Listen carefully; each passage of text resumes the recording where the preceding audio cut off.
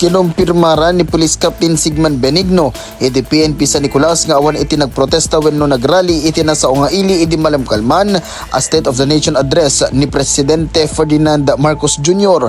kuna ti hepe iti nailya na pulisya ket sinaludsod na iti biyang iti LGU sa Nicolas no adadag iti aktivista iti kalman a State of the Nation address ti nadakamat a Presidente ngam awan iti napanag-apply para iti protesta imbatad na ano man pay adda iti napasamak a protesta ket nakasagana da ken manarimaan iti malamkalman iti panagpatrolya dagiti kameng iti pulisya.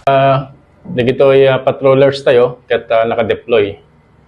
Agbon monitor kang marod no the activities like rallies, may panggap ka ditoy zona ni Apo BBM.